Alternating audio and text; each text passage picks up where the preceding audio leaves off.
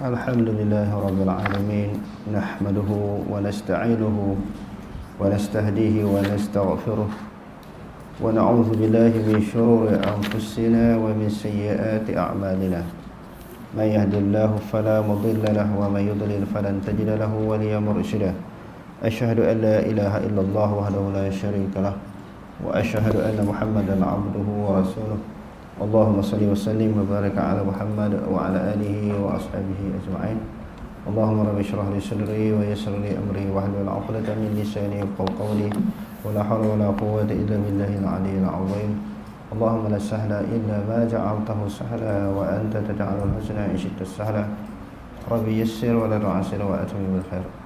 Boleh tutup kipas ni? Okey, terus bagi menjawab tanggapan golongan takwid atau mufawwidah di atas, suka dinyatakan pertama, tidak ada seorang pun dalam kalangan tokoh salaf terdahulu yang menyatakan nas-nas yang dinyatakan di atas sebagai termasuk ke dalam nas mutasyabihah yang tidak diketahui maknanya oleh seorang pun manusia. Kedua, meletakkan waqaf menghentikan bacaan. Ada lafaz jalalah dalam surah Al-Imran adalah benar.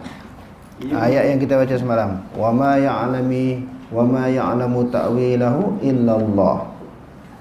Sebahagian ulama dia wakaf di situ. Bila wakaf di situ tak boleh nak takwil lah.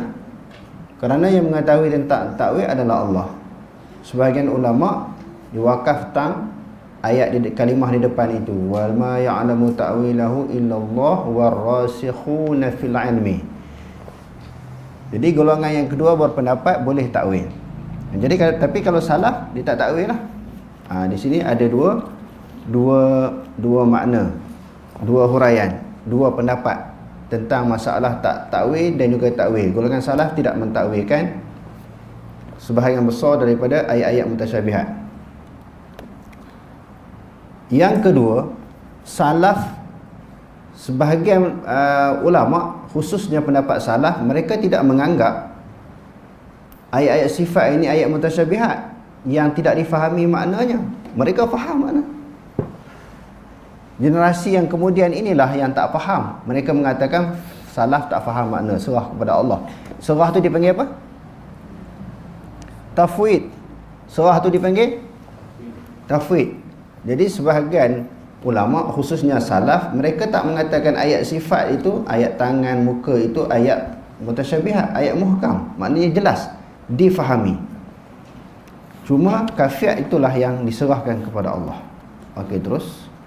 Ia merupakan pendapat majoriti ulama. Namun tidak ada seseorang pun dalam kalangan mereka yang menyatakan makna nas-nas tersebut tidak diketahui, termasuk Rasulullah dan tokoh imam terkemuka selain daripada Allah Subhanahu Wa Taala sahaja. Mereka tidak dapat membezakan antara makna kalam dan tafsirannya yang diketahui oleh Rasulullah sallallahu alaihi wasallam dan orang-orang yang berilmu dan takwilannya, dan takwilan yang hanya dikhususkan ilmu tentangnya kepada Allah Subhanahu Wa Taala sahaja. Misalnya ilmu tentang masa berlaku kiamat, hakikat nama-nama dan sifat-sifat Allah Subhanahu Wa Taala, permasalahan berkaitan dengan hari akhirat dan lain-lain. Meskipun demikian, kita memahami permasalahan yang ditunjukkan kepada kita dari segi makna, meskipun kita tidak mengetahuinya dari segi cara dan kadar. Perbezaan antara salaf dan golongan tafwid dapat dilihat dalam beberapa aspek. Antaranya ialah A. Salaf mengisbatkan lafaz dan makna yang ditunjukkan olehnya. Mereka memahaminya dari segi bahasa Arab dan kehendak orang yang berbicara. Mereka mengetahui makna sama', basar, wajah, dua tangan, sirat, mizan dan lain-lain. Namun golongan tafwid tidak berpendapat demikian. Jadi salah mengetahui makna-makna sifat ataupun ayat mutasyabihat itu, mereka tahu makna dan mereka isbat. Okey, terus. B. Salaf menyerahkan tentang cara berkaitan sifat Tuhan tetapi bukan ilmu tentang maknanya. Serah kafiat tetapi tentang ilmu makna ayat sifat itu diketahui. Mereka mengetahui makna sama', basar, wajah dan dua tangan. Mereka mengetahui makna-makna perkara yang diberitahu oleh Allah yang melibatkan permasalahan berkaitan hari akhirat, seperti berbagai-bagai bentuk nikmat dan juga azab. Yang mereka tidak tahu adalah caranya. C. Salaf menyatakan takwil yang dinafikan ialah hakikat yang menjadi rujukan segala perkara. Ia merupakan galib pengguna Al-Quran. Okey. Kalau kita tengok di dalam kitab Al-Intisar, syarah kepada Aqidah A'immatil Amsar, yang dikarang oleh dua ulama, Abu Zur'ah Ar-Razi dengan Abu Hatim Ar-Razi. Abu Zur'ah ini wafat pada tahun 264 Hijrah, generasi awal. 264, tak sampai 300. Adapun Abu Hatim Ar-Razi, dia wafat pada 200 pada tahun 277 Hijrah. Kedua-dua ni bawah 300 tahun ke bawah, generasi awal. Jadi kita tengok dalam kitab ni, apa pendapat mereka tentang pegangan akidah salaf. Sama ada isbat, tafwid ataupun takwil.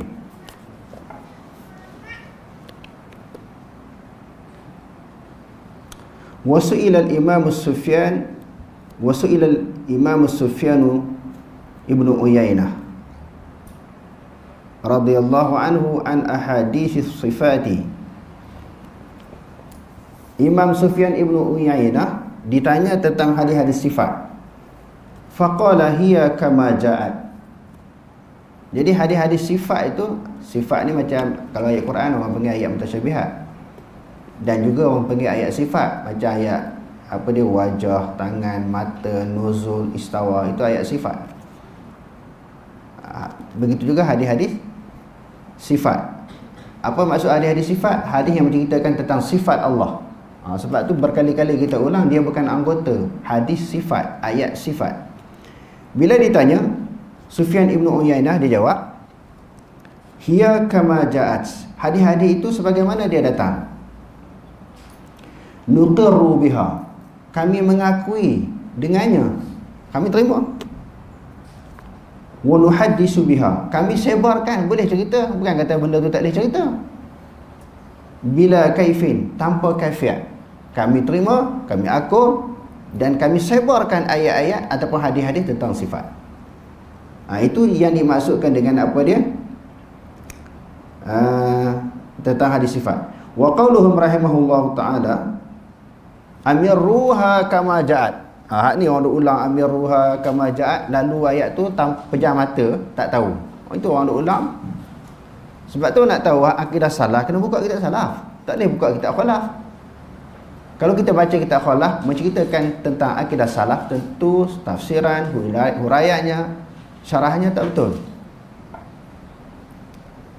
Jadi golongan salaf kata apa? Amirruha kama ja'at, laluilah ayat itu sebagaimana dia datang.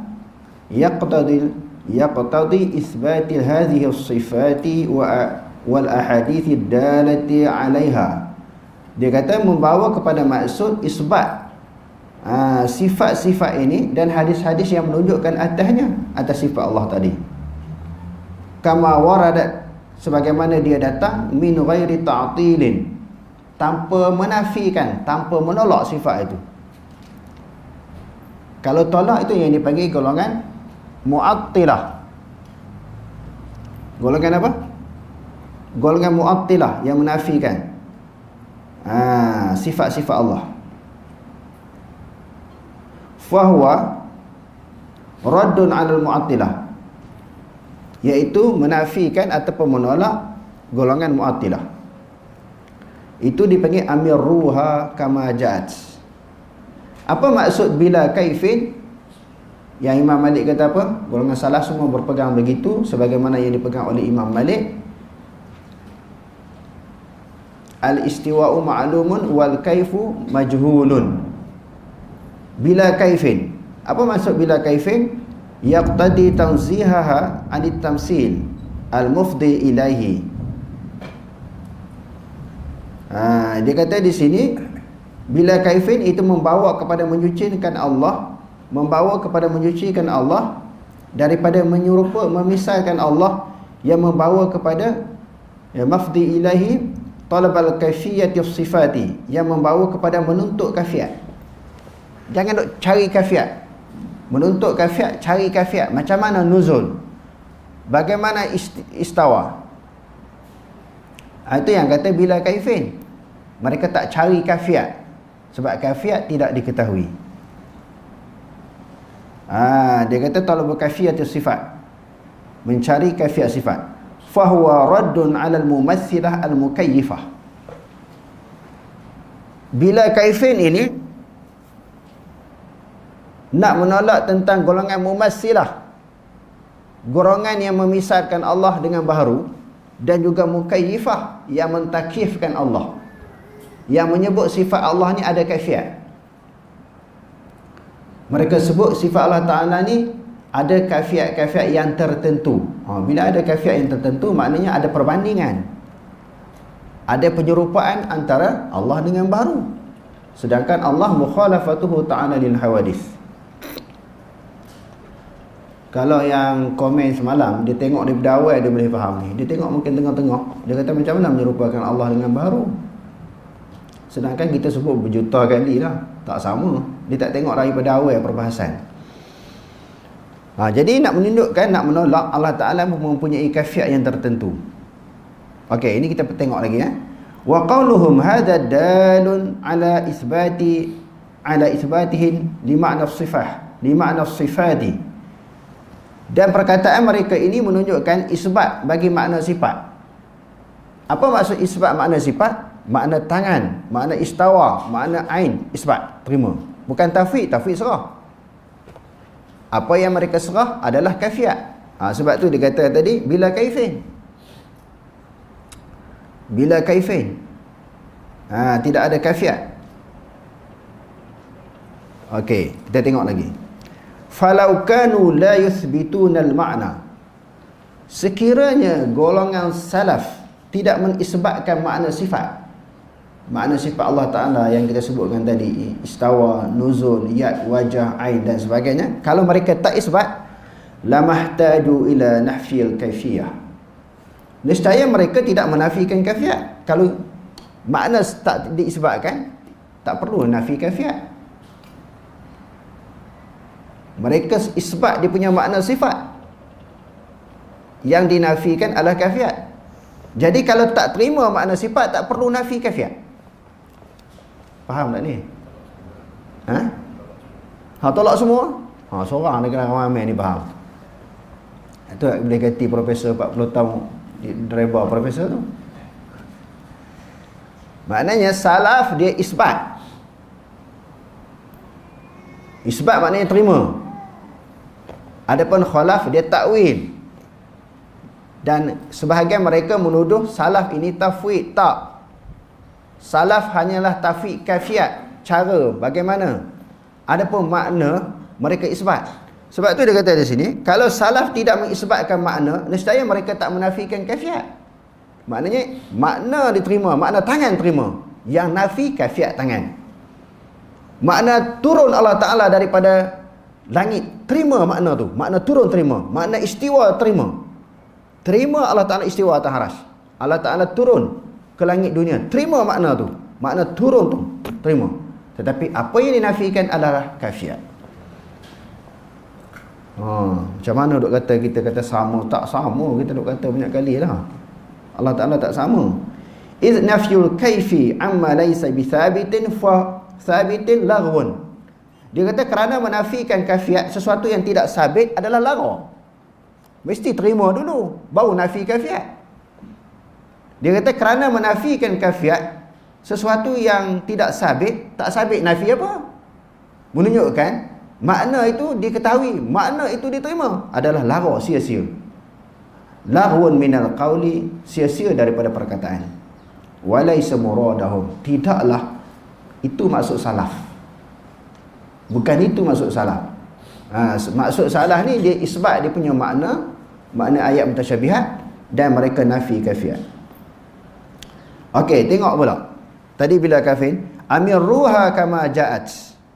Laluilah ayat itu, hadis-hadis sifat ataupun ayat-ayat mutasyabihat, mujarradu zikriha min duni fahmi li ma'aniha bidalili qawlihim bila kaifin fahuwa nafyul ilmi bil kaifiyati laisa nafyan li haqiqati sifah.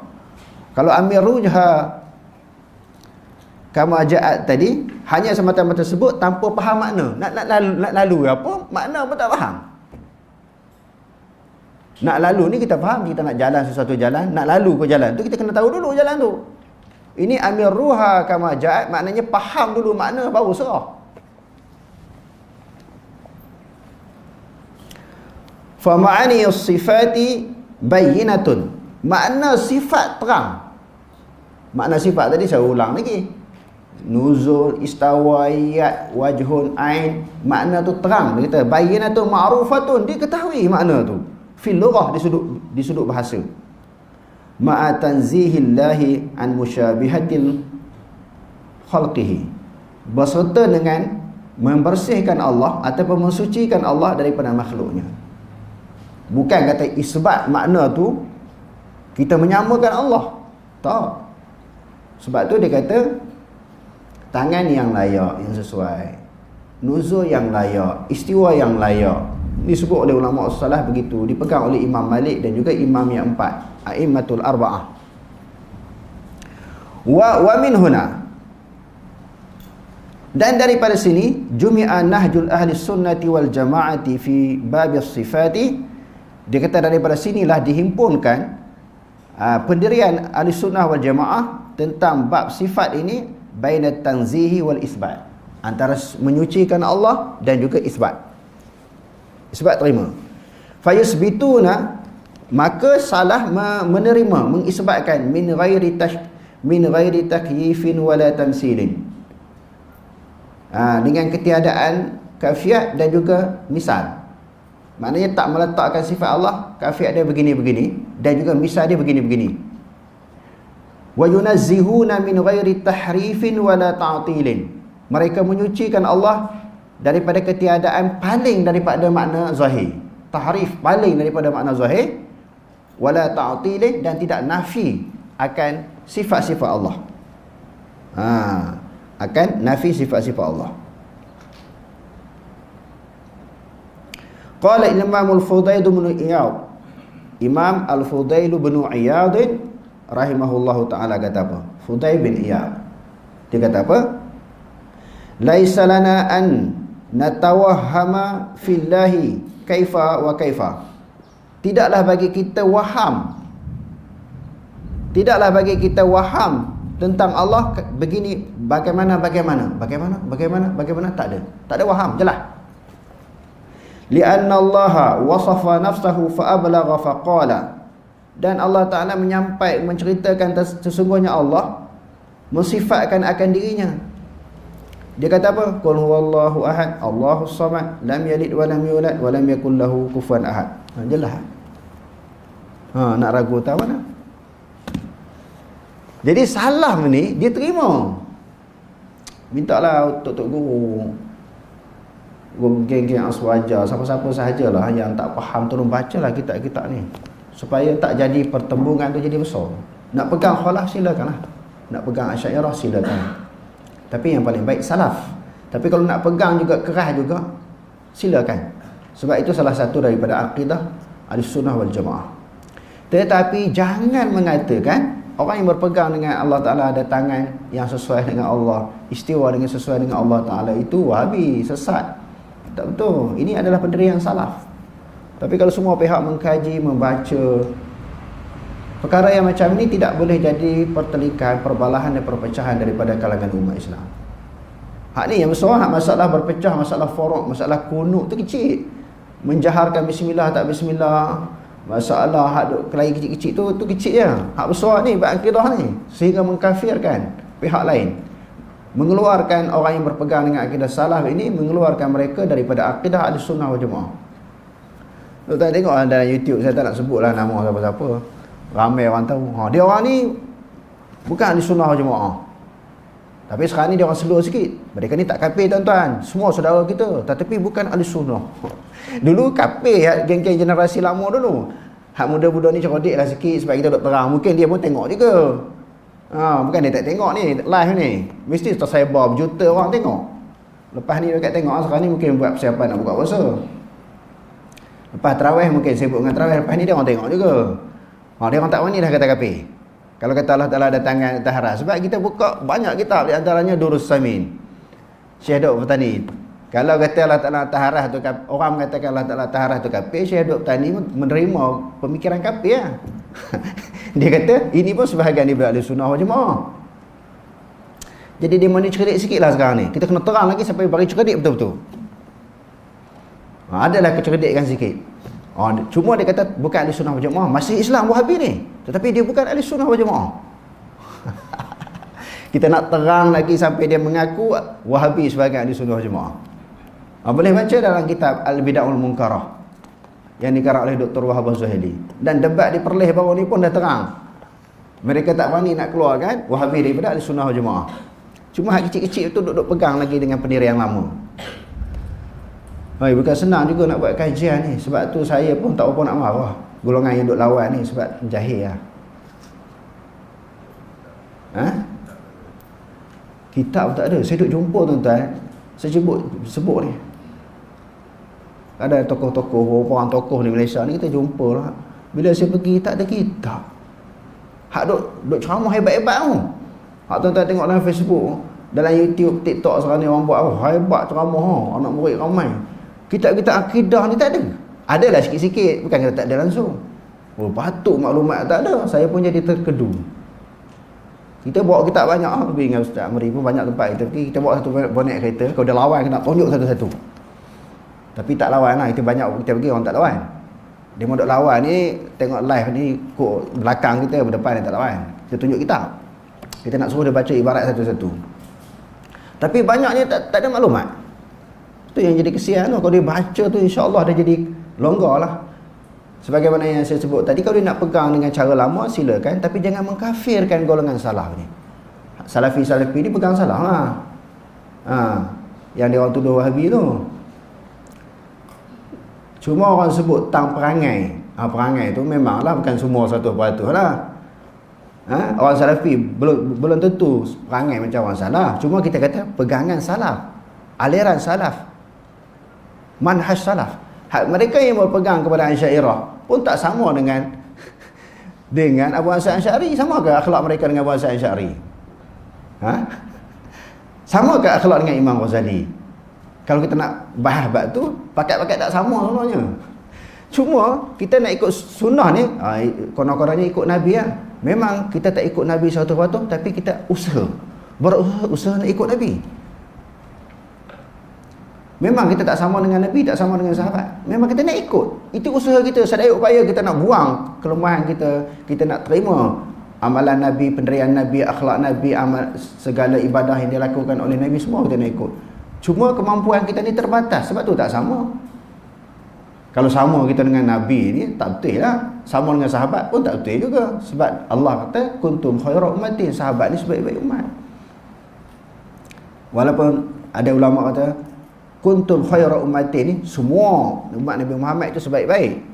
Pendapat yang kedua kata, kuntum khairu ummatin, orang yang terlibat dengan peristiwa hijrah, sahabat yang tu saja sebaik-baik umat. Ada 3 pendapat ulama. Jadi saya nampak yang kuatnya sahabat.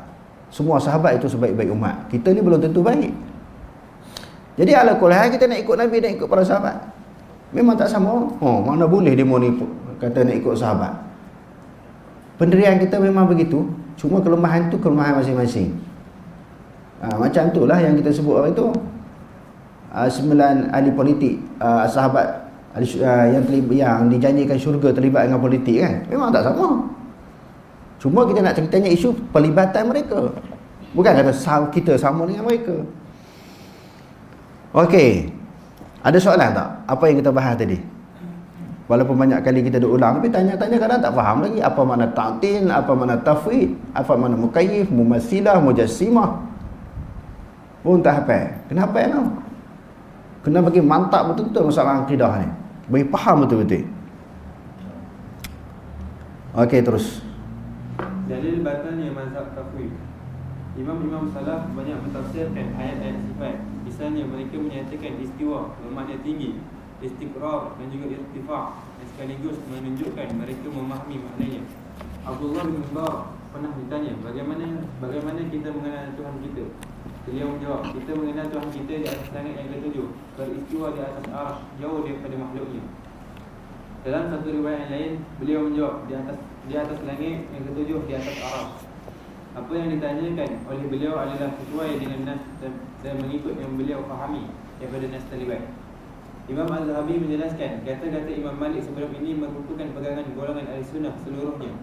Secara istiwa memang tidak diketahui, tetapi istiwa itu sendiri dimaklumi, sebagaimana yang disebutkan dalam kitab Allah, dan ia dalam bentuk yang sesuai dengan kebesaran Allah Subhanahu Wa Taala.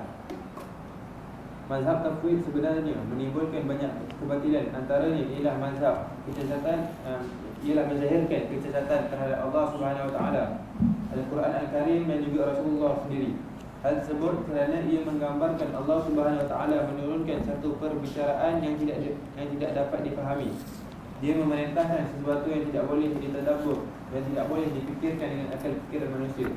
Dia juga menjadi punca kepada berbagai-bagai bentuk perselisihan dan kesesatan.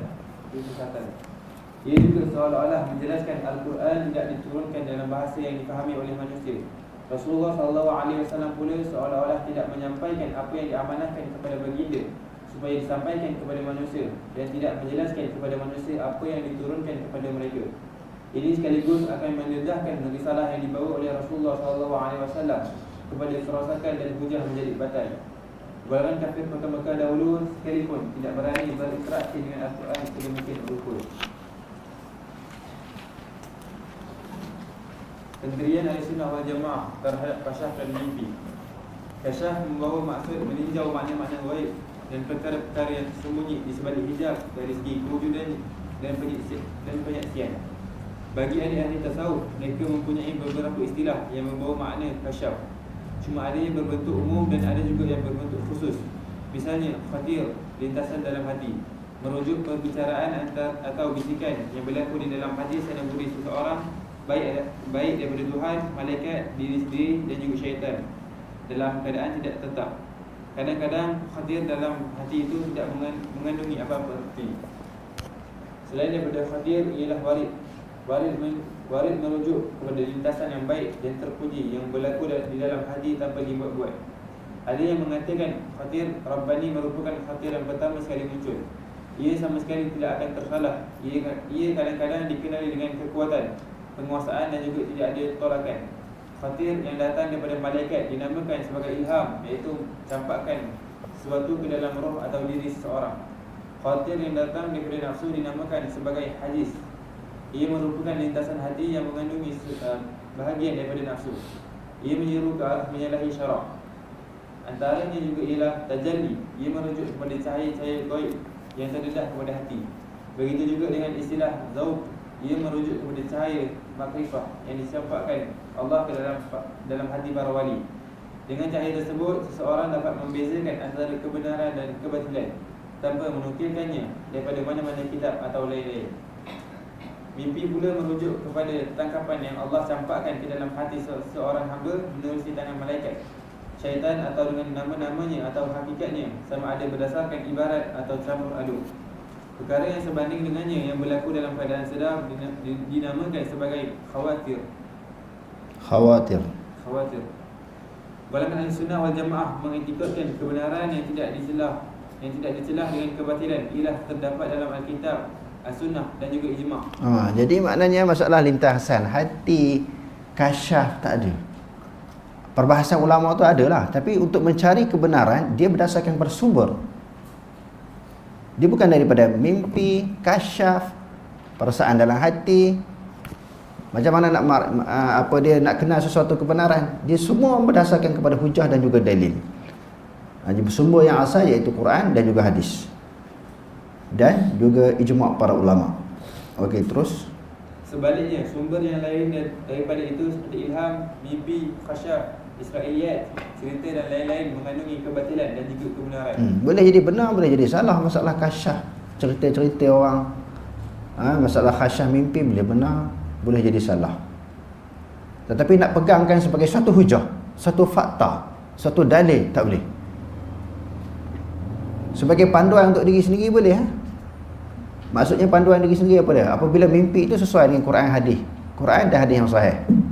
perasaan lintasan hati yang sesuai dengan Quran hadis yang sahih. Boleh kan? Kalau tidak, sebab tu dia kata boleh jadi benar, boleh jadi salah. Bukan satu pegangan yang kukuh dengan mimpi kasyaf ini untuk menentukan kebenaran. Al-haqqu min rabbik fala takunanna minal mumtarin. Kebenaran daripada Allah, daripada Tuhanmu Quran. Ittabi'u ma unzila ilaikum min rabbikum. Ikutlah apa yang diturunkan daripada Tuhan kamu. Maknanya apa yang Allah Ta'ala turunkan iaitu Quran. Okey, terus. Ia perlu dibentangkan kepada Alkitab dan juga As-Sunnah. Mana-mana yang tidak dibentangkan, tidak bertentangan dengan kedua-dua sumber tersebut boleh diterima, dan mana-mana yang bertentangan dengan kedua-dua sumber tersebut adalah ditolak. Orang Islam yang sebenar ialah orang yang cukup berpada dengan risalah yang dibawa oleh Rasulullah SAW dan dengan baginda sebagai pembawa risalah tersebut dari segi ikutan tanpa syarat. Sebaliknya yang lain daripada itu, ia merupakan ikutan yang terikat dengan syarat, tidak bertentangan dengan syarak. Oleh kerana itu, apabila berlaku perselisihan dengan sumber yang bukan daripada Rasulullah SAW, ia hendaklah dirujukkan kepada Allah dan Rasulnya, iaitu Alkitab dan juga As-Sunnah.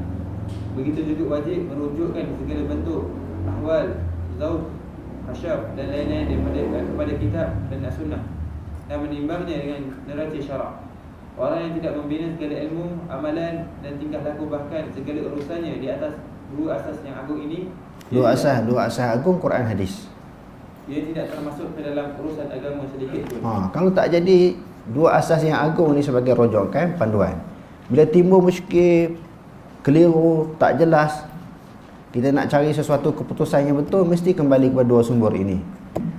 Kalau tidak, tidak boleh dikaitkan itu adalah perkara agama. Kita nak berpegang dengan sesuatu pegangan yang ada kaitan tapi tidak ada dalil, itu tak, dia bukan agama itu. Banyak orang sebut ni daripada mimpi, daripada tok guru dia, daripada wali, tok wali tak habis-habis dia duduk meratip tok wali. Dalam kuliah banyak duk cerita about wali. Dia nak palingkan orang Islam daripada berpegang pada sumber yang asal. Jadi masyarakat jadi rosak, umat jadi rosak. Sebab bila dia ceritakan benda-benda pelik, orang pun seronok, khayal, terpengaruh. Jadi bila orang buat benda pelik ni, dia tu wali, anggapan mereka. Bila tok wali ni dia cakap apa semuanya betul. Tidak ada jaminan daripada Quran dan Sunnah tentang semua perbuatan wali, perkataan wali itu semua betul. Siapa yang paling wali? Daripada kalangan sahabat kan paling wali.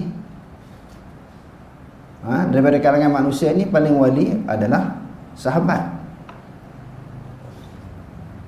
Ibnu Abbas radhiyallahu anhuma, bila dia tanya dalil, bila Rasulullah dah wafat, lalu berlakulah muzakarah daripada kalangan mereka, yakni sahabat. Orang pun dia sebut, dia pun bacalah. Bila orang tanya, bangkitkan isu-isu agama, dia baca Quran hadis. Orang kata pendapat Abu Bakar macam ni, pendapat Umar macam ni. Dia kata bila aku baca Quran hadis, jangan nak sebut lagi Abu Bakar dan Umar. Setelah Abu Bakar dan Umar tu ahli syurga, salah dua orang, salah 10 orang daripada yang dijaminkan syurga oleh Rasulullah. Kan ada hadis Rasulullah kata Abu Bakar fil jannah, Umar fil jannah, Uthman fil jannah, Ali fil jannah. Ahli syurga. Ibn Abbas kata belum tentu betul. Sebab pendapat para sahabat ini, bila beberapa orang sahabat mengemukakan pandangan, itu mungkin pendapat peribadi. Kalau sekiranya pendapat dia bercanggah dengan ijma' sahabat, banyak berlaku kita baca tengok dalam fiqh dalam fiqh, dalam usul fiqh, kadang-kadang pandangan yang merupakan pendirian peribadi dia, bukan pendapat jumhur sahabat. Sebab itu di dalam usul fiqh, sebahagian ulama, di antaranya Imam Syafi'i, qaulus sahabi laisa bihujjatin, pendapat sahabat bukan hujah. Sebahagian ulama terimalah. Sekiranya pendapat itu mungkin peribadi dia, berupa orang sahabat dia berpegang dengan sesuatu pendirian yang bercanggah dengan jumhur sahabat, tak boleh nak ikut semua. Jadi yang kita nak ikutnya Quran hadis. Setelah sahabat pun kena tapih lagi, kok pegangan dia tu tersilap dengan apa yang dipegang oleh jumhur sahabat ataupun ijma' sahabat, ataupun bertentangan dengan maksud yang dikehendaki oleh Nabi. Banyak dah kita sebut dalam contoh pengajian hadis kita.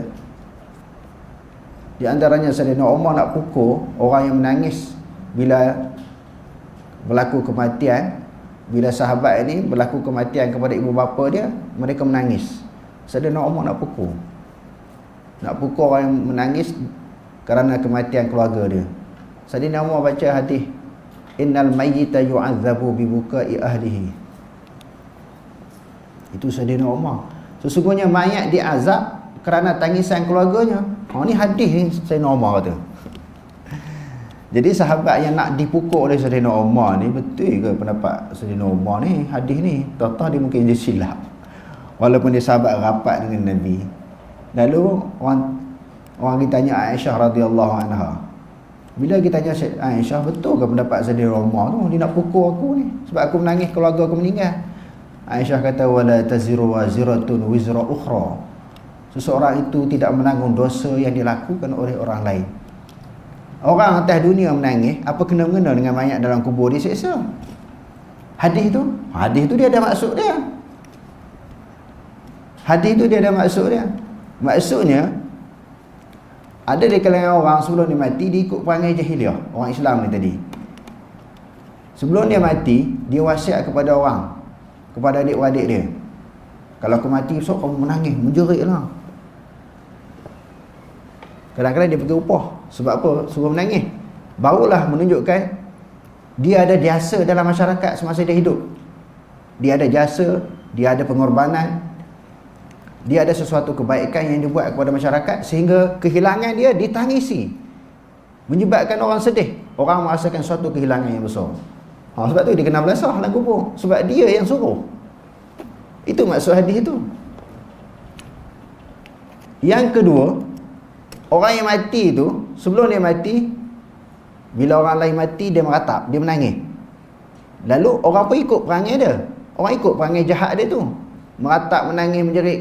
Apabila orang lain mati, dia menangis. Bila dia mati pula, orang ikut perangai dia, menangis, menjerit, meratap. Dia tu maksud di dalam hadis Nabi SAW,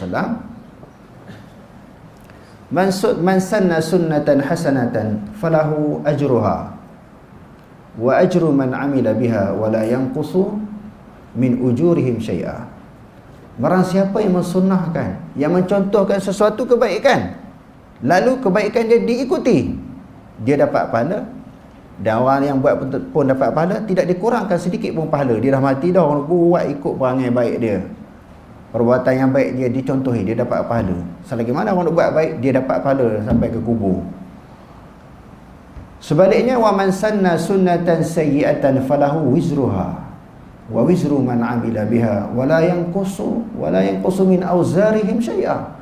Barang siapa yang menunjukkan, yang mensunahkan suatu perbuatan yang keji, yang buruk, yang dosa, yang maksiat, lalu orang tiru perangai jahat dia tu, tidak akan dikurangkan sedikit pun dosa kepada dia. Setiap kali orang ikut perangai jahat dia tu, mencontohi perbuatan maksiat dia tu, selagi itu dia dapat dosa. Jadi hadis tu maksud macam tu. Pertamanya dia suruh, yang kedua dia ada yang mencontohkan perkara yang tidak baik. Okey. Jadi semua sahabat, pendapat sahabat tu kita boleh ikut ke? Belum tentu. Kena tapih dulu. Kalau Tok Wali, lagi bawah pada sahabat, lagi nak kena tapih.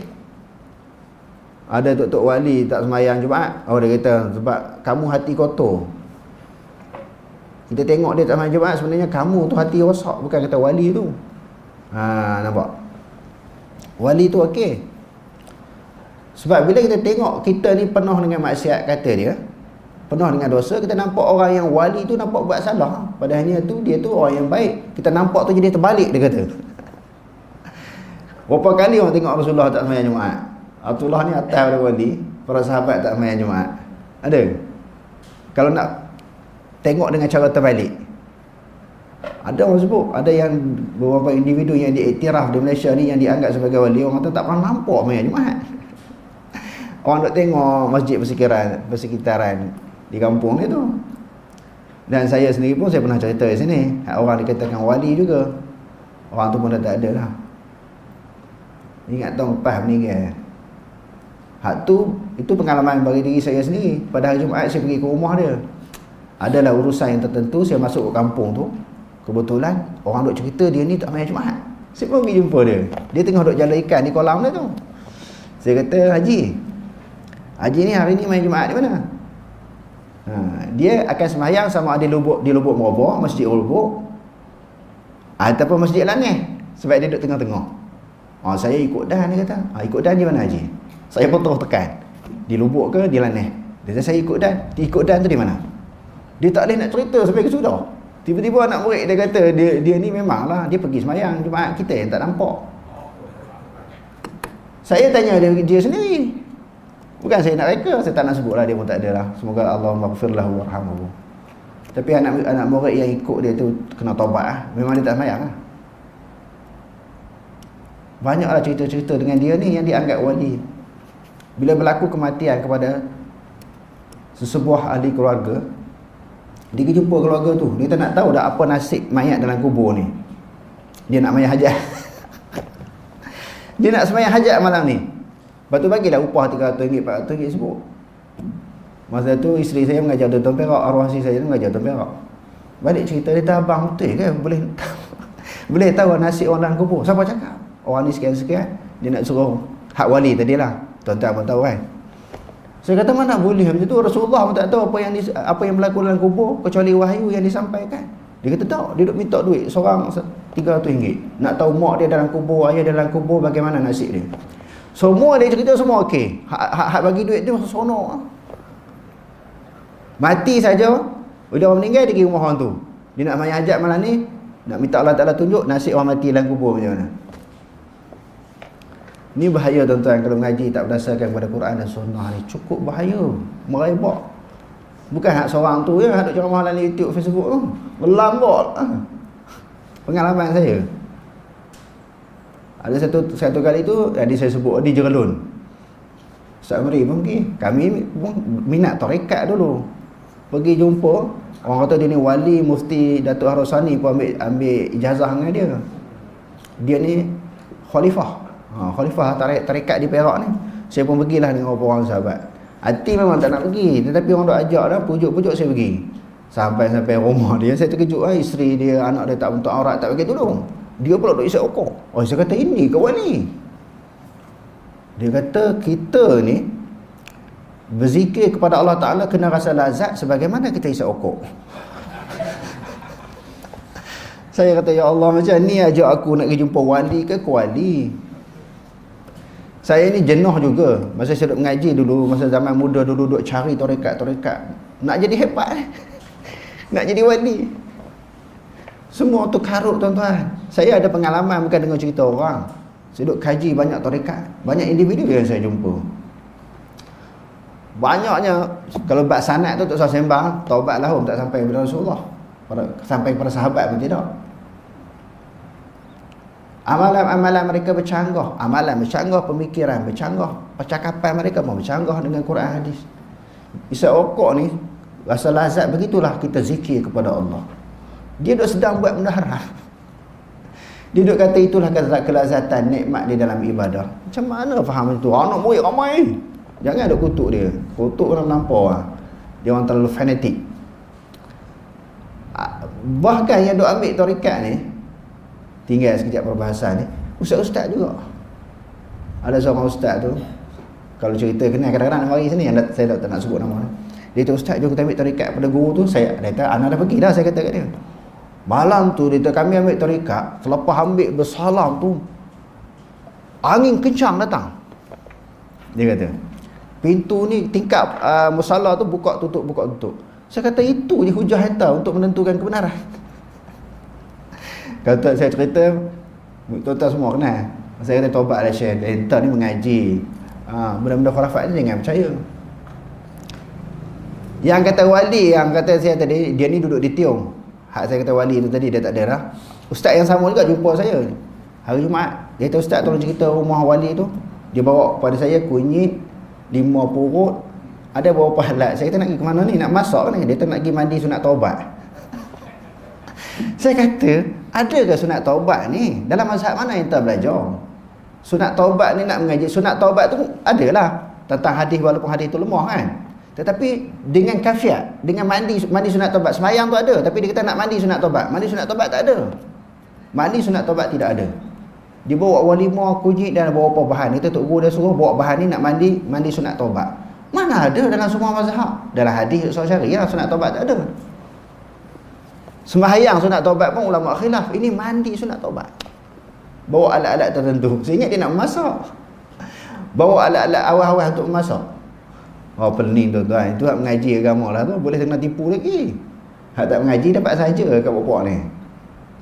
Sebab tu kena mengaji berdasarkan pada sumber. Sumber-sumber tu apa? Quran hadis. Sumber-sumber itu Quran hadis. Taraktu fikum amrayn lan tadillu ma tamassaktum bihima kitaballahi wa sunnati.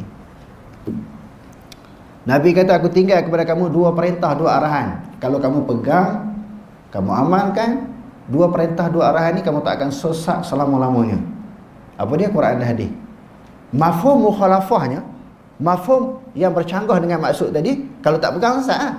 Nabi kata kalau pegang tak sesat. Kalau tak pegang sesat. Tu duduk jadi tu. Tak pegang sesat. Itu senang je nak faham. Okey, terus. Firman Allah Subhanahu wa taala, "Fala wa rabbika la yu'minuna hatta yuhaqqimuka." Bukan yu', dia bukan ain yu, bukan yu'. Okey, terus. "Fala wa rabbika la yu'minuna." Jangan bunyi ain. Yu'minu bukan yu'. Itu bunyi ain. Lepas ni betul makhraj. Okey, terus.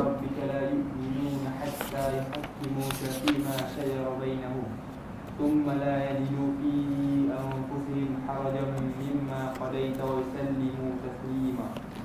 Maksudnya, maka demi Tuhanmu wahai Muhammad, mereka tidak disifatkan beriman sehingga mereka menjadikan engkau hakim dalam mana-mana perselisihan yang timbul di antara mereka.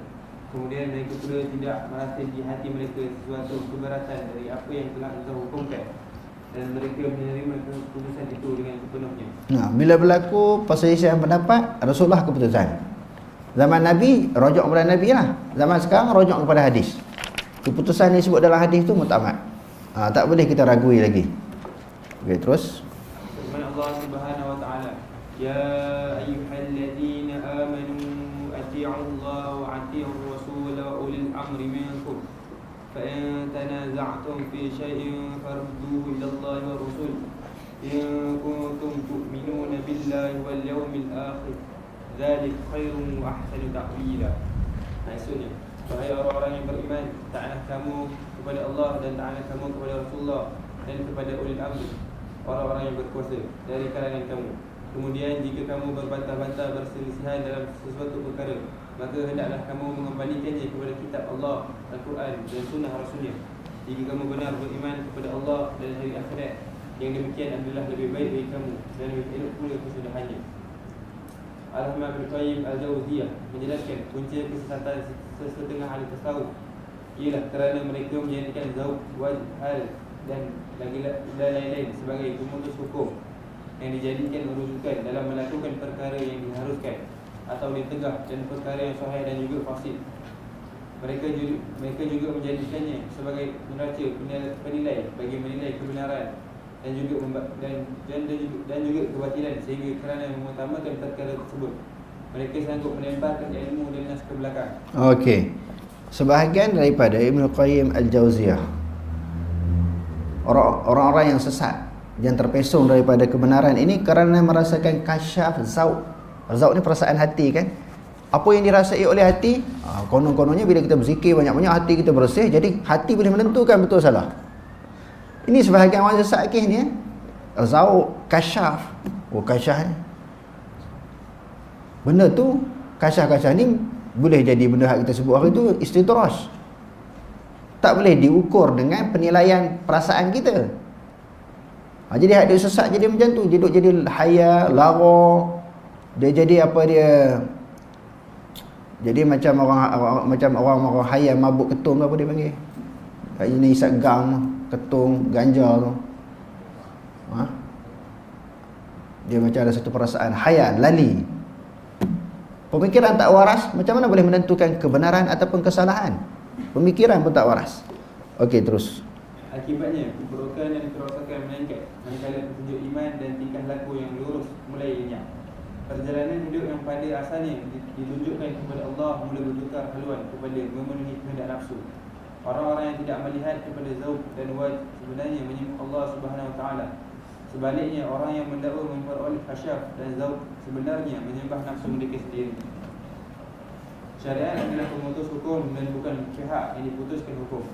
Sekiranya perkara luar biasa, khasyaf, hal dan lain-lain menjadi pemutus hukum dengan cara mengkhususkan perkara yang umum, mengikat perkara yang mutlak, mentakwilkan perkara yang zahir dan seumpamanya, bermakna sesuatu yang bukan syariat menjadi pemutus hukum dan syariat pula menjadi pihak yang diputuskan hukum.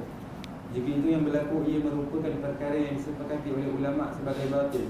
Bahkan ulama bersepakat jika seseorang lelaki mampu terbang di udara dan berjalan di atas air sekalipun, orang Islam tidak boleh terpedaya dengannya sehingga dilihat terlebih dahulu ikutan terhadap Rasulullah SAW dan keselarasnya dengan perintah dan larangan baginda SAW. Jangan kita takjub lah orang boleh terbang kan. Orang boleh terbang. Batu boleh jalan atas air tanpa ada jabatan titi. Itu yang jadi kagum. Bila kagum dengan yang pelik tu, sampai Tok Cha pun dia kagum lah. Tok Cha ni sentuh tokat dia kepada air laut jadi tawa. Tok Cha pun dia jadi kagum. Dia kagum dengan Tok Cha. Tok Cha ni dah tentu kafir. Kalau orang Islam yang gila lagi dia tak masuk lah. Macam di Indonesia tu kan, ada seorang Habib tu, dia pakai pakaian tak bentuk aurat, baju pun tak pakai. Lepas tu duduk atas mimbar isap rokok. Habis sebatang, dia bukan isap macam orang biasa, macam makan tu, sebatang sebengat, 2 kotak tu sekejap je habis. Orang bagi makan nasi tu buat tumpah. Itu suatu perwatakan penampilan orang gila. Mari tok-tok guru pakai nak cium tangan dia, tok atas mimbar hormat. Kagum ni wali Allah Ta'ala.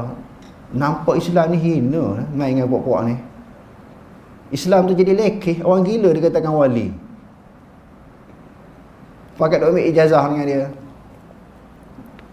Kalau gitu apa ramai kawasan Kuala berdarengah ni tok wali. Makan sampah kan. Kita bukan menghina orang gila, mereka hilang hukum taklif. Taklif tak ada pada orang gila ni, la yukallifullahu nafsan illa wus'aha.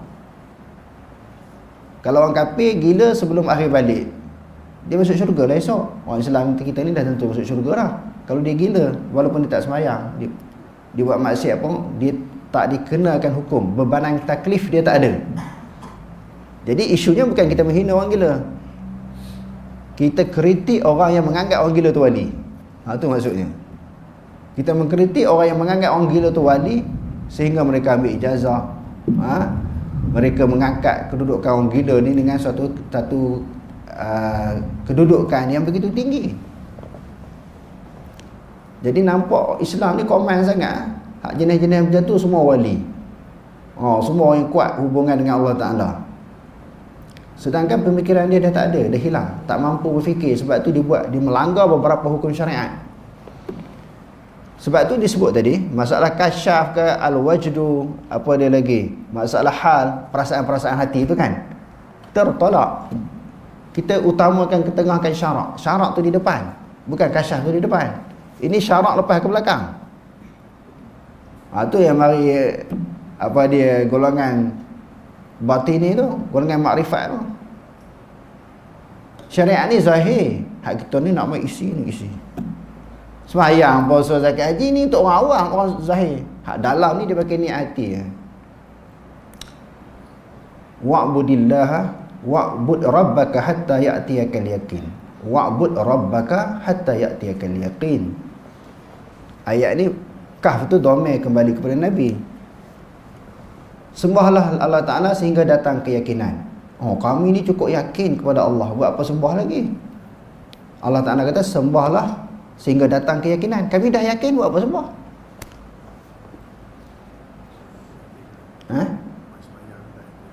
Selagi mana tak duduk semayang, selagi mana duduk semayang tak yakin. Hatta ya'tiyakal yaqin, hatta ya'tiyakal maut. Itu yang disebut di dalam hadis, juga di dalam kitab-kitab tafsir. Datang keyakinan, datang kematian, baru tak payah sembah. Ini golongan makrifat faham. Bila dah yakin kepada Allah, tak perlu sembahyang. Daripada kalangan manusia, siapa paling yakin? Rasulullah pun dah tinggal sembahyang tak? Yang paling yakin kepada Allah adalah Rasulullah, lepas tu sahabat. Rasulullah tak pernah tinggal sembahyang, sahabat tak pernah tinggal sembahyang. Hadis sahih Bukhari Muslim, Rasulullah sakit tenat. Kesakitan yang nak membawa kepada kewafatan beliau dipapah oleh Ibnu Abbas dan juga Sayyidina Ali. Pun pergi sembahyang jemaah. Bukan kata sembahyang sendirian 5 waktu jemaah. Rasulullah sangat yakin. Sebab tu tafsiran orang golongan batini ma'rifat ni golongan yang tafsiran yang salah. Mereka tak pernah mengaji mana-mana kitab tafsir. Yang tu dia ambil gelas, ini Allah Tuhan. Ditunjuk gelas tu Tuhan. Dia nak buat perbandingan, mana boleh buat perbandingan? Tapi duk boleh mengajar, orang tak bising pun kan. Ada mengajar Quran hadis ni orang duk kata salah. Jadi bukanlah ukuran kasyaf, makrifat itu menentukan kebenaran. Kebenaran ditentukan dengan Quran dan hadis. Okey, terus. Abu Hafs Al-Haddad menyatakan, sesiapa yang tidak menimbang segala perbuatan dan hal keadaannya setiap waktu dengan Alkitab dan As-Sunnah dan tidak memeriksa lintasan hatinya, jangan sekali-kali dianggap orang itu termasuk ke dalam erti kata ahli tasawuf yang sebenar. Tasawuf apa? Tasawuf mesti Quran hadis. Bagi golongan Ahlussunnah wal Jamaah, apabila pengenalan orang yang mukmin terhadap Allah, Rasul dan agama yang benar, manakala ikutannya terhadap syariat Islam zahir dan batin adalah ikhlas dan juga benar, Allah Subhanahu Wa Taala akan membuka kepadanya berbagai-bagai ilham yang benar, firasat yang tepat dan hal keadaan yang benar yang tidak dibukakan kepada orang lain. Firman Allah Subhanahu Wa Taala, walau anna katabna alaihim an yaqtulu anfusakum aw ukhruju min diyarikum ma fa'alu illa qalilun minhum walau annahum fa'alu ma yu'aduna bihi lakana khairan lahum wa ashadda tathbita. Maksudnya, dan sesungguhnya kalau kami wajibkan kepada mereka dengan perintah, bunuhlah diri kamu sendiri atau keluarlah dari tempat kediaman kamu, nescaya mereka tidak akan melakukannya kecuali sedikit di antara mereka. Dan sesungguhnya kalau mereka amalkan nasihat pengajaran meliputi suruh dan tegah yang telah diberikan kepada mereka, tentulah yang demikian itu lebih baik bagi mereka dan lebih meneguhkan iman mereka. Cuma kalau orang tu kuat pegang Quran hadis, Allah Ta'ala bagilah ilham yang baik. Jadi kalau orang lain nak ikut tentang ilham tu, dia pun tak beritahu kepada orang dia ilham nampak begini-begini. Yang kita nak ikut dia tu kerana pegangan Quran dan hadis dia tu. Boleh jadi dia dapat ilham-ilham yang baik setelah mana dia sangat kuat berpegang teguh dengan Quran hadis. Kan ada hadis kan, siapa-siapa yang beramal yang kuat dengan Allah Ta'ala, penyangan penglihatan dia, maknanya dibantu oleh Allah, ilham dia dibantu oleh Allah, perjalanan dia, tangan dia, pergerakan dia semua dibantu oleh Allah kerana kuatnya ikatan dia dengan Quran dan hadis. Okey, terus. Firman Allah Subhanahu Wa Taala, wattaqullaha wa yu'allimukumullah wallahu bikulli syai'in alim. Maksudnya, dan ingatlah Allah dengan keterangan ini mengajar kamu, dan Allah sentiasa mengetahui akan tiap-tiap sesuatu. Misalnya, orang yang beriman dapat membaca apa yang tertulis pada dahi Dajjal ketika dia muncul menjelang kiamat kelak. Sehubungan dengan itu, menurut Syekh Al-Islam Ibn Taymiyah, banyak perkara yang jelas nyata kepada orang yang beriman, yang tidak jelas dan nyata kepada orang yang tidak beriman, terutama sekali pada zaman fitnah. Hal keadaan orang yang melakukan pendustaan dan rangkaian terhadap Allah dan Rasulnya terdedah kepada mereka. Setiap kali iman di dalam hati mereka bertambah, setiap kali itu jugalah berlaku kepada mereka kasyaf terhadap berbagai-bagai perkara. Dia akan mengenali hakikat yang benar dengan yang batil. Setiap kali iman di dalam hati lemah, setiap kali itu jugalah kasyaf menjadi lemah. Umar bin Khattab radhiyallahu anhu pernah menyatakan, dekatilah mulut-mulut orang yang melakukan ketaatan kepada Allah dan dengarlah apa yang mereka perkatakan.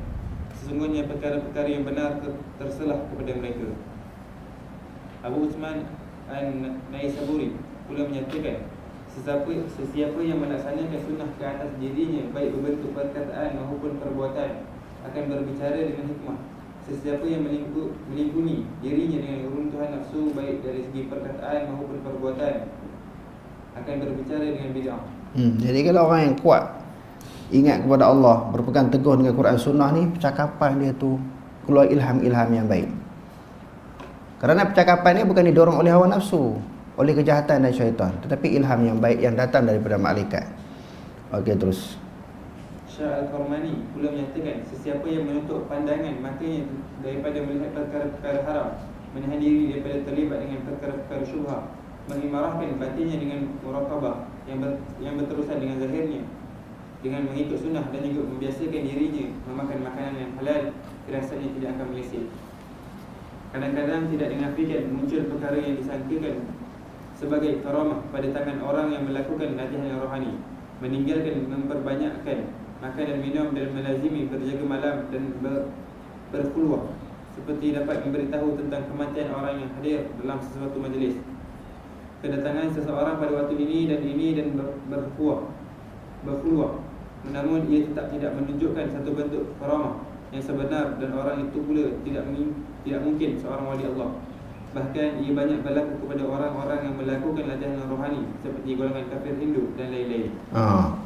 Pun boleh jadi orang yang duk zikir kuat, berhalwat. Apa makna berhalwat? Duduk sunyi-sunyi berzikir, baca Quran, berselawat, berjaga malam, banyak buat ibadat-ibadat yang mentakarubkan, yang membawa dia dekat dengan Allah. Pun begitu, tak semestinya apa yang dia cakap tu betul. Contohnya apabila di kalangan orang yang hadir itu tu, dia boleh sebut orang ni mati sekian bulan, orang ni mati esok, orang ni minggu depan, bulan depan, ataupun sesuatu akan berlaku. Belum tentu betul juga. Walaupun hubungan dah terlalu kuat dengan Allah, sebab melibatkan perkara gaib. Bila melibatkan perkara yang gaib, Allah Ta'ala saja yang mengetahui. Okey, terus. Kadang-kadang berlaku perkara yang luar biasa pada tangan orang-orang gila. Boleh jadi lagu tu juga. Orang gila boleh cakap kebetulan betul apa yang dia cakap. Okey, terus. Malah kadang-kadang ia dianugerahkan dengan khasyaf yang betul, sedangkan dia sendiri bergulumang dengan najis dan bercampur dengan berbagai-bagai kotoran. Orang yang jahil terpedaya dengannya dengan menganggap beliau termasuk ke dalam wali yang dekat dengan Allah. Padahal pada hakikat yang sebenarnya orang itu diberikan keuzuran dalam kalam, diangkat daripadanya. Dia bukan wali Allah dan bukan juga musuh Allah SWT. Perkara yang luar biasa berlaku kepada orang kafir berdasarkan sebab-sebab tabi', dan dia sama sekali tidak membuktikan orang kafir itu sebagai wali maupun memiliki karamah. Para ilmuwan membahagikan firasat kepada 3 bahagian. Salah satunya ialah firasat yang berdasarkan kesan tabi'i yang muncul daripada latihan rohani. Ia juga berlaku hasil daripada aktiviti berlapar, berjaga malam dan juga bersendirian jauh daripada masyarakat. Perkara luar biasa sebegini sama saja antara yang berlaku kepada orang Islam maupun kafir. Ia tidak membuktikan kewalian orang yang terlibat dan tidak juga menunjukkan kepada sesuatu hak yang bermanfaat maupun jalan yang lurus. Apalagi perkara luar biasa itu sendiri berlaku kepada orang Islam dan juga kafir yang melibatkan punca yang berbagai-bagai dan sumber yang berbeza-beza. Kadang-kadang datang daripada Allah, kadang-kadang juga datang daripada diri manusia, dan kadang-kadang juga daripada syaitan. Ia pula tidak membuktikan tentang kewalian seseorang dan karamah berlaku kepada orang tersebut. Jika tidak berlaku kepada seseorang Islam, tidaklah memudaratkan dirinya. Ia bermakna orang yang tidak berlaku khasyaf pada dirinya tentang perkara-perkara gaib dan tidak dimudahkan untuknya penggunaan elemen yang ada pada alam maya ini. Kedudukan dan martabatnya sedikit pun tidak terjejas di sisi Allah Subhanahu Wa Taala. Bahkan tidak berlaku perkara tersebut pada dirinya lebih bermanfaat untuk dunia dan akhirat sekaligus. Walau bagaimanapun, jika benar cara beragama seseorang Islam, baik dari segi ilmu maupun amalan, ia melahirkan perkara luar biasa kepada seseorang yang terlibat jika diperlukan olehnya. Firman Allah Subhanahu Wa Taala, "Ala in awliya Allah la khawfun 'alaihim wa la hum yahzanun, alladhina amanu wa kanu yattaqun." Maksudnya, ketahuilah, sesungguhnya wali-wali Allah tidak ada kebimbangan dari sesuatu yang tidak baik terhadap mereka, dan mereka pula tidak akan berduka cita. Wali-wali Allah itu ialah orang-orang yang beriman serta mereka pula sentiasa bertakwa. Jadi siapa wali ni? Ala inna awliya Allah. Ketahuilah sesungguhnya wali-wali Allah Ta'ala la khaufun alaihim, tidak ada ketakutan atas mereka dan juga mereka tidak berduka cita. Alladzina amanu, orang betul-betul beriman kepada Allah Ta'ala, wa kanu yattaqun, dan mereka juga orang yang bertakwa, yang takut kepada Allah Ta'ala. Yang ni yang wali ni, walaupun tak ada karamah, walaupun tak ada perkara-perkara yang luar biasa kepada mereka, bila mereka takut betul-betul kepada Allah, melaksanakan yang diperintahkan, meninggal yang dilarang oleh Allah, mereka sebenarnya wali Allah. Terus dalam ayat di atas, Allah Subhanahu Wa Taala tidak menyebut tentang mereka yang lebih baik daripada ungkapan iman dan takwa. Abu Ali Al-Juzjani pernah menyatakan, jadilah orang yang mencari istiqamah dan jangan jadi orang yang mencari karamah. Nafsu anda cenderung untuk mencari karamah, sedangkan Tuhan inginkan anda mencari istiqamah. Banyak orang nak buat ibadat nak jadi wali Nak jadi wali, nak dapat karamah. Apa yang dituntut kepada kita bukan mencari karamah. Ingat di dalam kita melakukan ibadat bukan nak menghasilkan karamah, yakni kemuliaan. Di dalam ibadat kita nak cari istiqamah supaya tetap. Al-istiqamatu khairun min alfil karamah. Istiqamah itu lebih baik daripada 1000 karamah. Bukan senang. Nak buat satu ibadat ini berkekalan. Sembahyang duha hari-hari berkekalan, qiyamul lail berkekalan, puasa Isnin Khamis berkekalan, selawat Nabi berkekalan, melazimi baca Quran hari-hari berkekalan. Istiqamah tu dipanggil. Yang tu bukan senang. Lebih susah daripada dapat karamah.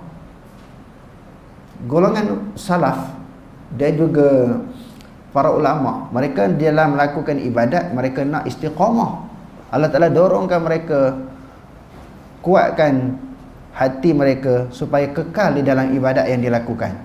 Bukan mereka menuntut karamah. Tapi sekarang ni sebahagian orang beribadat nak karamah. Karamah ni nak kemuliaan, nak jadi kebal, boleh terbang, boleh berjalan tahayul, masuklah raduk api pun tak terbakar. Yang tu yang dituntut, bukan istiqamah yang dituntut. Okey, terus Abu Abbas bin Affan menyatakan, sesiapa yang melazimi dirinya dengan adab-adab yang diinginkan Allah, Allah akan sinarkan hatinya dengan cahaya ilmu pengetahuan. Tidak ada satu maqam yang lebih mulia daripada maqam mengikut jejak langkah Rasulullah SAW dalam segala perintah, akhlak dan tingkah laku baginda. Asy'ari menyatakan, ilham yang paling sempurna ialah seorang diberikan ilham untuk mengikut isyarat, merenung kitab-kitab yang diturunkan daripada langit dan menumpukan kepada batasan dan perintah syarat tersebut.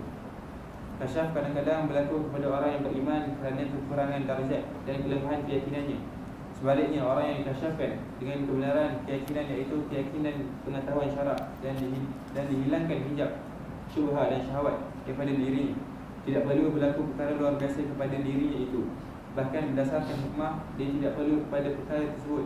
Ia hanya berlaku kepada golongan orang yang lemah darjatnya kerana keperluannya kepada kasyaf tersebut. Menurut Syekh Al-Islam Ibn Taymiyah, jalan orang beriman yang tujuh ialah mendisiplinkan diri dengan istiqamah. Ia adalah pemuncak segala karamah. Jika berlaku karamah setelah berjaya mengistiqamahkan diri, ia sebenarnya seolah-olah tidak pernah berlaku, kerana orang yang terlibat tidak pernah menulis kepadanya. Kedudukan diri seseorang tidak akan berkurangan darjatnya jika tidak berlaku karamah itu. Sebaliknya, kekurangan akan berlaku kepada dirinya apabila dia mencacatkan hak istiqamah. Ilmu pengetahuan berdasarkan wahyu dan syariat sebenarnya lebih mulia daripada bisikan dalam hati, tahdid, ilham dan seumpamanya yang berlaku kepada seseorang.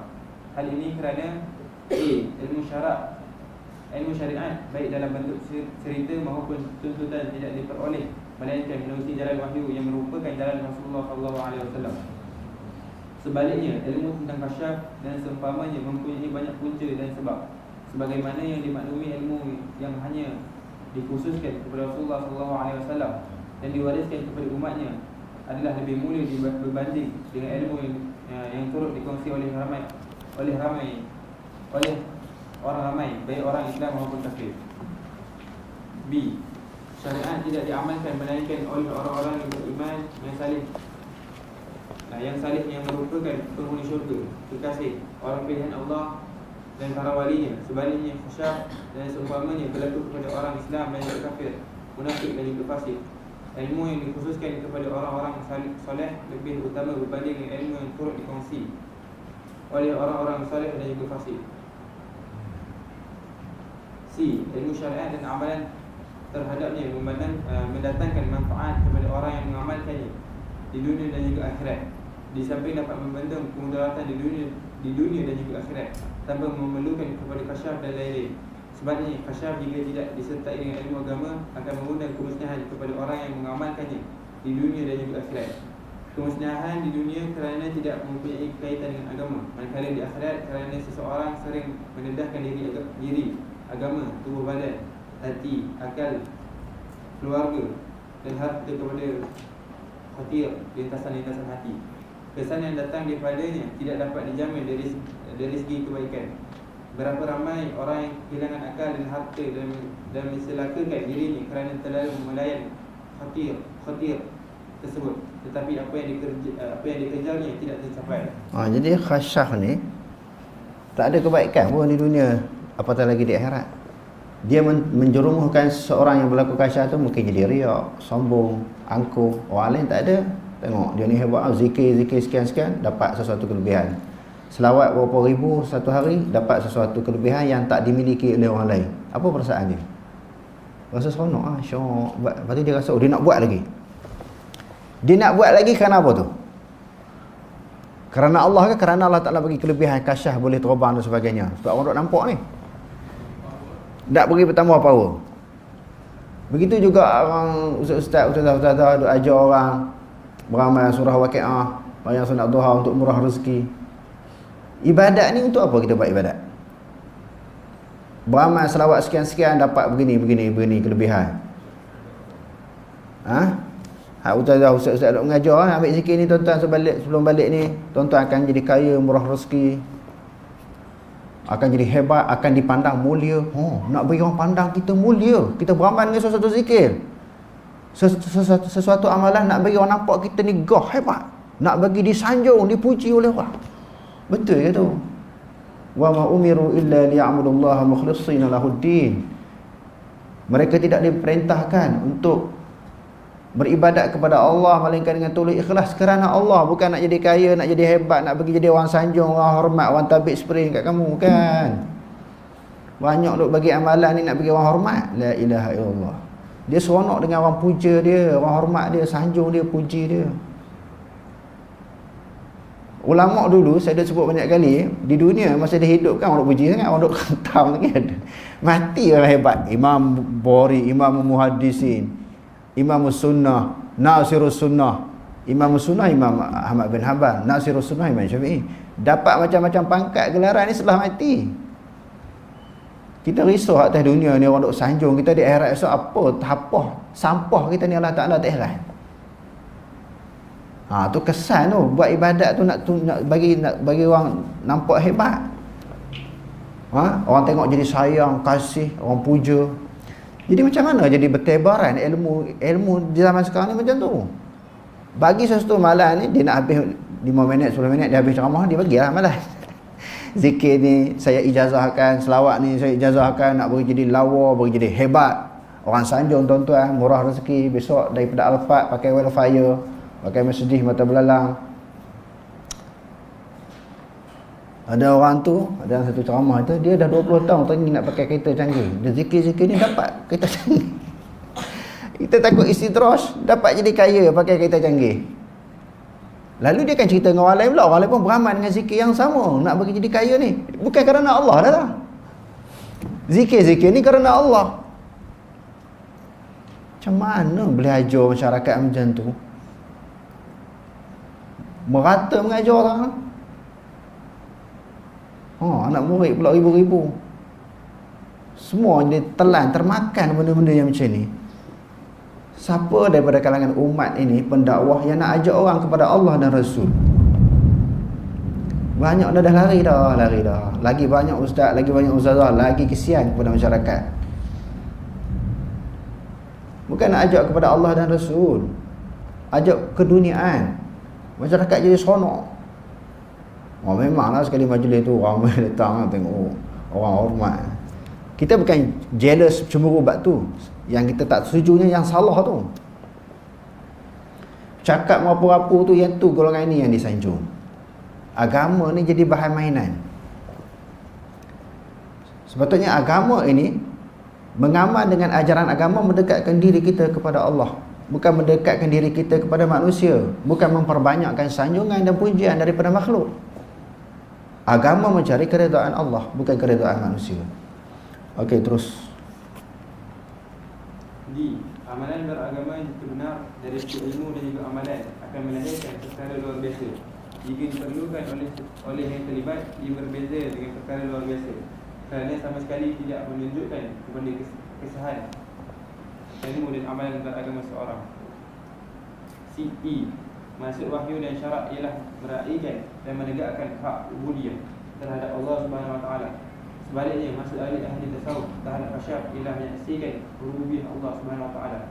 Ia sesuatu yang tidak diperintahkan syarak, sebagaimana yang dimaklumi meraihkan apa yang diperintahkan syarak adalah lebih utama berbanding dengan meraihkan perkara yang tidak diperintahkan syarak. Wallahu a'lam. Aqulu qawli hadza wa astaghfirullah al-'azim li wa lakum. Wassalamu alaikum warahmatullahi taala wabarakatuh.